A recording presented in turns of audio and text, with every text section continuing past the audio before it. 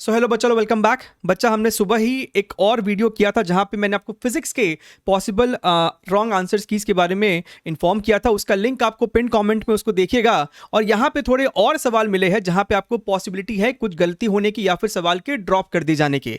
तो चलिए हम लोग यहाँ पे देखते हैं, क्या पता इसमें से आपका भी कोई शिफ्ट निकल के आ जाए।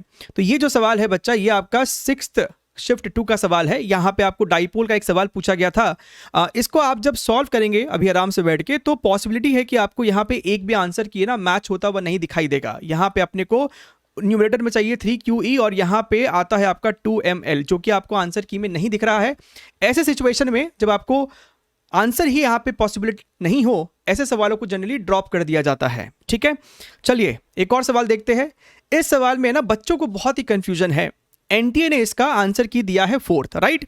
तो बेसिकली एनटीए का कहना है कि ये जो आपका स्टेटमेंट है ना, ये आपको स्टेटमेंट फॉल्स है, जो कि सही बात है। सवाल में कहता है the effect of rotation of the earth on the value of g at the equator is minimum. हमसे ये कहता है कि जो रोटेशन का असर है वो ग्रेविटी पे मिनिमम पड़ता है इक्वेटर पे, जो कि गलत है। क्योंकि इक्वेटर पे अगर तुम ध्यान से देखोगे तो इक्वेटर पे जो आपका जी इफेक्टिव होता है that is your g minus omega square r, यानी कि मैक्सिमम असर पड़ रहा है, रोटेशन का मैक्सिमम असर पड़ रहा है। ये इफेक्ट का मतलब यहां पे असर है, राइट। तो ये वाला स्टेटमेंट आपका एक्चुअली में फॉल्स है, इसमें कोई भी गलती नहीं है ना।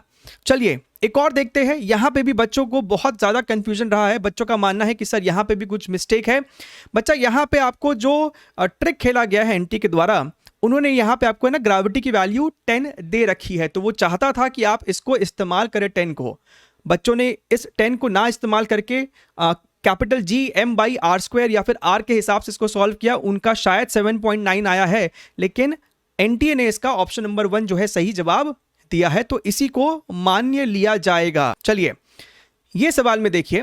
अच्छा, ये सवाल है ना सिर्फ एक ही बच्चे ने मुझ तक पहुंचाया है, तो आप भी यहां पे कंफर्म कर सकते हैं कि क्या ये सच है कि नहीं। 13th शिफ्ट 1 का सवाल है।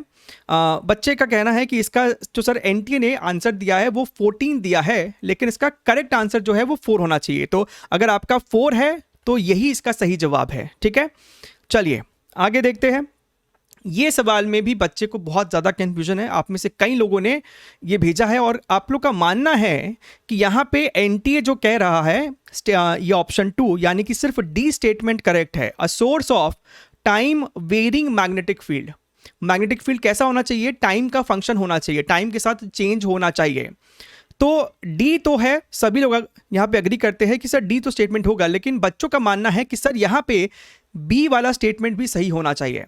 बच्चा, अगर तुम यहाँ पे ध्यान से देखो तो आपसे कहता है कि electric field changing linearly with time. अगर आपका इलेक्ट्रिक फील्ड लीनियर वेरिएशन है, यानी कि इलेक्ट्रिक फील्ड टाइम के साथ वेरी तो कर रहा है, लेकिन टी की पावर 1 है यहाँ पे, तो आप जब इसका मैग्नेटिक फील्ड काउंटर पार्ट निकालने जाएंगे तो आपको बेसिकली डी/dt करना पड़ता है, यानी कि आपका मैग्नेटिक फील्ड जो है वो कांस्टेंट आएगा। Magnetic field time varying electric field magnetic field पैदा करेगा, लेकिन क्योंकि ये लीनियर वेरिएशन है तो वो कांस्टेंट मैग्नेटिक फील्ड पैदा करेगा। और यहां पे टाइम वेरिंग मैग्नेटिक फील्ड के लिए पूछा जा रहा है, तो इस बात को मद्देनजर रखते हुए बी को नहीं चुनना चाहिए। जिस हिसाब से एनटीए ने जिसका आंसर की दिया है 2, वो फिर सही हो जाता है।